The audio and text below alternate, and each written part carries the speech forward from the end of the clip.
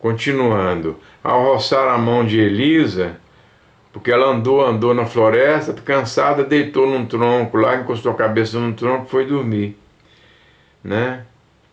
Os pirilampos acendiam na relva e no musgo centenas de lumezinhos que piscavam na escuridão. Ao roçar na mão de Elisa num ramo, uma infinidade deles desabou sobre ela como chuva de estrelas. A noite inteira, Elisa sonhou com os irmãos. Aqui ela deitada na floresta, né? Num tronco, escorou a cabeça num tronco de árvore, e os pirilampos, né, iluminando ela, né? A noite inteira, Elisa sonhou com os irmãos, viu os pequeninos a brincar com ela.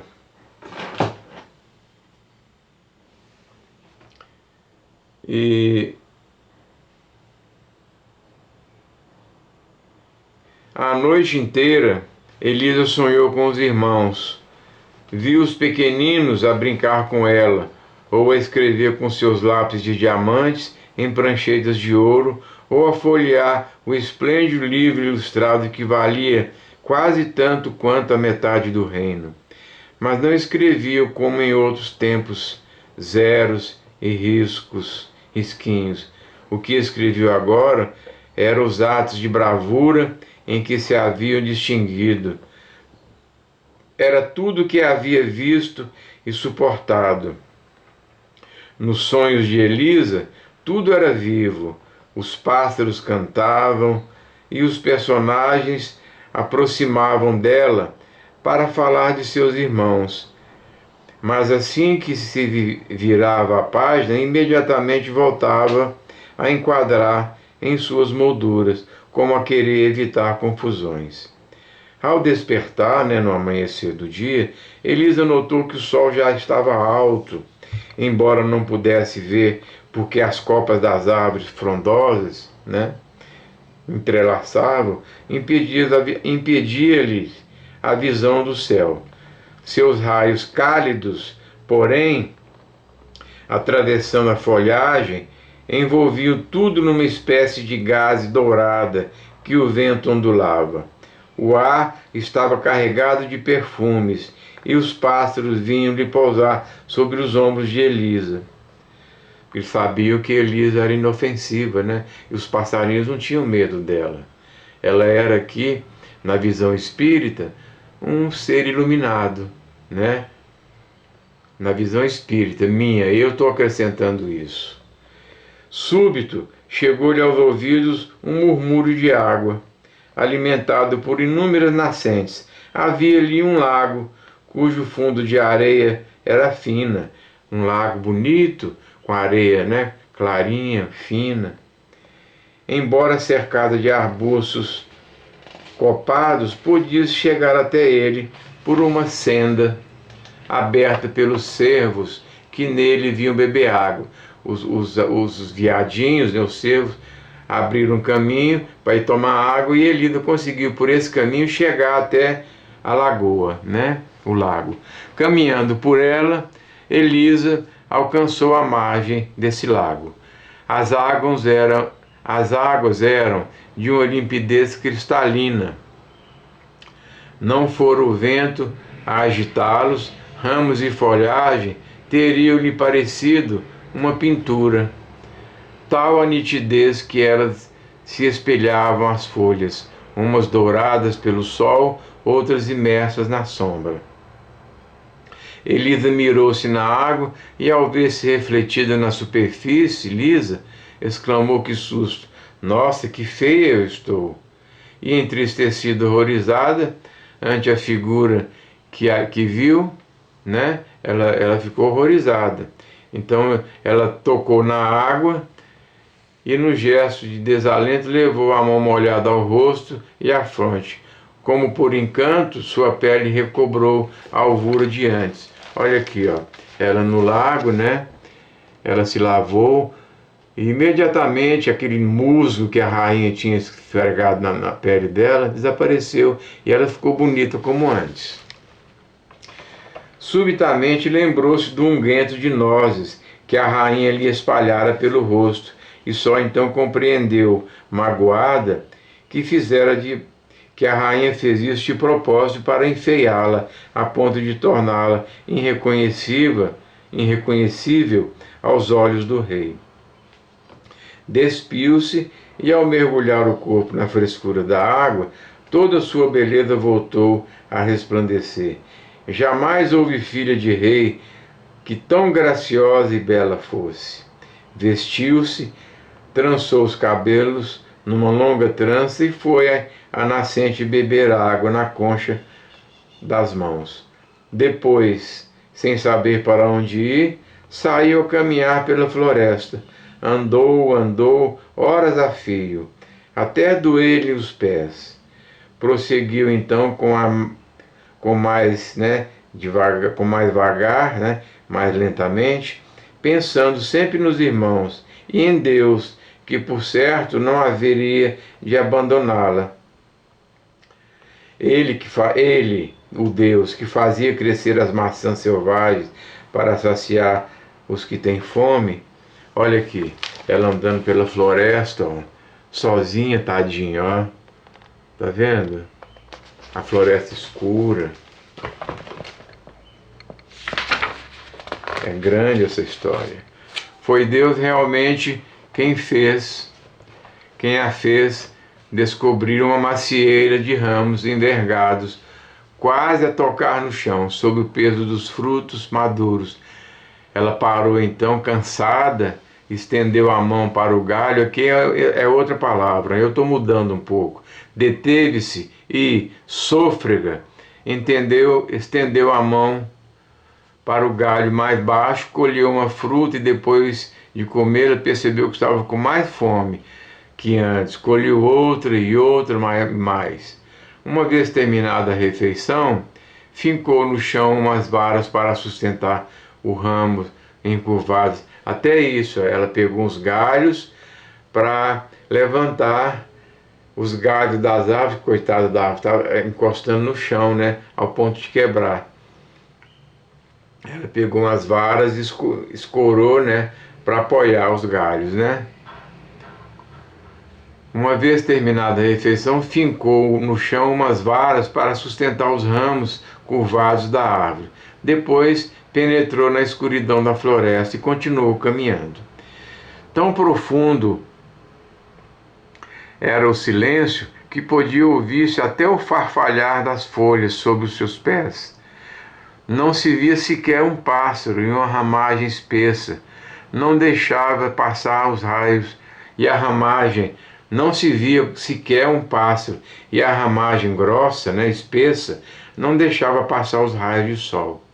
Tão próximos um dos outros, iam fazendo agora os troncos das árvores que, olhando à sua frente, Elisa tinha a impressão de estar aprisionada ali numa grade de pau. Era uma solidão só, como jamais imaginava. Caiu a noite, sem que um pirilampo sequer viesse piscar na escuridão da relva. Triste e desalentada por aquele negrume todo e aquele silêncio opressor, resolveu que o melhor seria deitar-se. As apalpadelas, apalpando assim o chão, porque não enxergava nada, procurou um lugar menos duro onde pudesse deitar o corpo fatigado, recostar o corpo fatigado, cansado, e ali se estendeu. Mas custava pegar no sono. Trânsida de frio, morta de frio, oprimida pela solidão.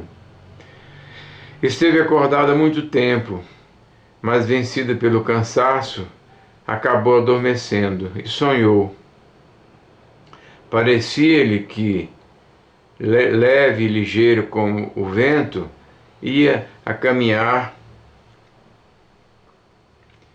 e sonhou. Parecia-lhe que, leve e ligeiro como o vento, ia caminhar por um tapete verde. À sua passagem, erguiam-se os ramos das árvores. É isso no sonho dela, abrindo clareiras para que pudesse ver o céu. E lá em cima, no azul infinito, parecia que Deus, cercado de anjos, punha nela seu olhar doce e penetrante. Queria falar e não podia, mas o olhar meigo do Senhor parece que compreendia, né? Parecia que compreendia tudo e não era capaz de dizer e confortar. Compreendia tudo o que não era capaz de dizer e confortava, né? Isso, Deus. Ela acordou radiante no outro dia sem saber que tudo que sentira era sonho ou realidade, né? Não sabia se era sonho ou verdade. Era de manhã e uma luz calma, tênue, filtrada através da folhagem cerrada, permitiu-lhe ver ao seu lado uma velha que trazia pendurada no braço um cesto de frutas. "O que faz a esta hora sozinha no bosque, linda menina?" Perguntou a velhinha, e estendendo uma maçã, lhe ofereceu. "Deve estar com fome, coma quantas quiser." "Obrigado, minha senhora", agradeceu Elisa. E quando mordia a maçã, perguntou-lhe: "Por acaso a senhora não vira 11 príncipes a cavalo atravessando a floresta?" "Não", respondeu a velhinha, "mas vi ontem 11 cisnes de coroa de ouro na cabeça, nadando num rio não muito longe daqui." Prontificou-se a velhinha, né? Prontificou-se a levá-lo até o penhasco escalpado que havia um pouco mais adiante. Lá embaixo serpenteava um riacho, né? De margens cobertas de árvores, cujos galhos se debruçavam sobre as águas. As que não eram bastante crescidas para tocarem as da outra margem, tinham se erguido em suas raízes para poder enxergar mais longe, numa tentativa de conseguir entrelaçar seus ramos aos da margem oposta. Elida despediu-se da boa velhinha e saiu a caminhar ao longo do riacho, até que lhe atingiu a foz, e então avistou o mar, que em toda a sua que em toda a sua impotência que se estendia a perder de vista, mas nenhuma vela se via, nenhum sinal de embarcação que pudesse levá-la dali. Como prosseguia a viagem, então? Ela perguntou a si mesma, né? Olhou para as pedrinhas da praia, que as águas tinham polido o vidro das pedras, as pedras e tudo mais que a onda trouxera para a beira d'água, fora trabalho pelo paciente esmerilhar das ondas, embora mais leve do que a mão delicada de Elida fosse o seu roçar. A água não se cansa nunca de trabalhar, e assim aos poucos vai polindo os objetos mais duros até que se arredondassem. Aí ela disse assim: "Pois eu também hei de ser incansável, graças à lição que me deram ondas laboriosas. Meu coração me diz que um dia haverá de me levar onde estão meus irmãos." Ela pensou forte, né? Ali na praia, trazidas pelo mar, havia 11 plumas brancas de cisnes. Olha só, ela encontrou 11 plumas de cisnes misturadas às algas e aos detritos do mar. Ao juntá-las no maço, numa delas Elida percebeu umas gotinhas de água. Seria orvalho ou eram lágrimas? Não, reparava na solidão na praia. Preferia olhar o mar, aquele eterno, instável, que em poucas horas oferecia mais mudanças que os plácidos lagos durante dias e dias. a gente às vezes erra aqui porque a leitura é muito grande, a gente vai cansando, né? E os músculos da boca vão fazendo com que a gente erre, né? Essas palavras. O músculo dos lábios, né? A cada vagalhão, a cada onda grande que se erguia, era como se o mar quisesse dizer: olha, eu também sou capaz de me enfurecer. E então o vento agitava as águas que borbulhavam de espuma branca.